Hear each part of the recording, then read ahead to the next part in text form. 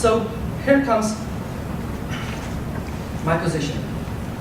First position is on first issue, which is the terrorism. If you go back to the map over here, the problem started in Afghanistan. We in Pakistan are facing this problem. And in case Pakistan falls, in case Pakistan is not able to contain this problem, whole of this problem is going to wash up on Indian shores. This is a regional problem. This is no more my problem. This is no more your problem. This is our problem. And we together have to counter this problem.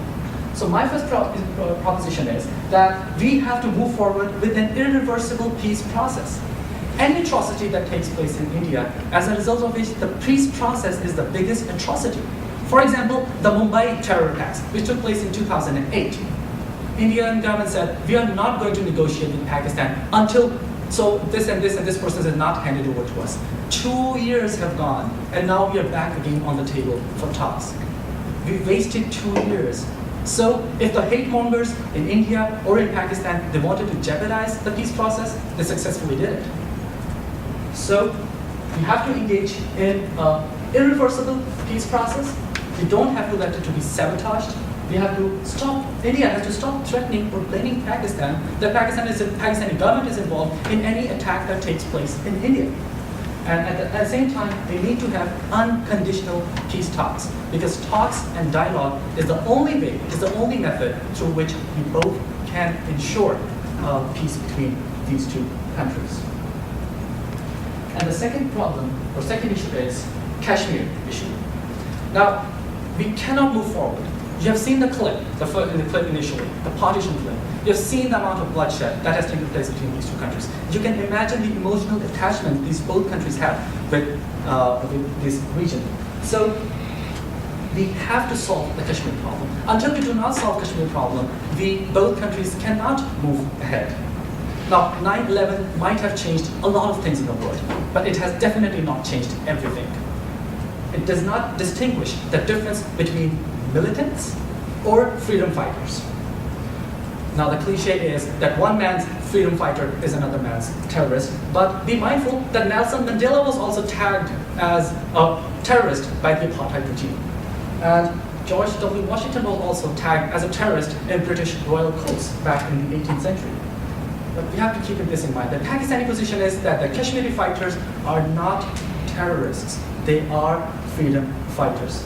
So we ask, second position is for a free and fair UN-monitored plebiscite in Kashmir. Let the people of Kashmir decide whether they want to be with Pakistan, or they want to be with India, or they want to be an independent country. Even if they decide to be an independent country, perfectly fine with us. Kashmiris, I reiterate, have an inalienable right of self-determination. It is their social right, it is their moral right, it is their legal right. And therefore we ask the world's largest democracy, India, the world's largest democracy, to recognize the power of vote and to let the people decide about their future. And again, just in 2002, East Timor, through a referendum, decided they don't want to be a part of Indonesia anymore, and they got their independent status. In 2008, the Kosovo Assembly decided they don't no more want to be part of Serbia, and they became an independent country. In 2011, there would be a referendum held in Sudan, monitored by United Nations, and they will decide about their future through a vote. In fact, recently in Canada, it was decided through a vote whether or not the French-speaking Canadians want to be part of the bigger Canada or not. So my point in mentioning all of these solutions is they are relevant, they are real, they are possible, and they are peaceful. Therefore, all one needs is leadership's courage, flexibility, and sincerity. So Sree, my friend, I ask you to recognize the right of vote for Kashmiri people. How could you, being the largest democracy in the world, not recognize this right? And how could any one of you over here not recognize that this is the right of the people to determine whether or not they want to be a part of some country? Do they not have a right to determine what the future might be? And the problem is, if you don't do this, the hostility between Pakistan and India would linger on. Both of them are nuclear nations. Any disaster can take place. The worst of the worst imaginable disasters can take place in this region. And for God, if that happens, then for our future generations, both India and Pakistan, there will be no peace for them. So we have to be very careful in this.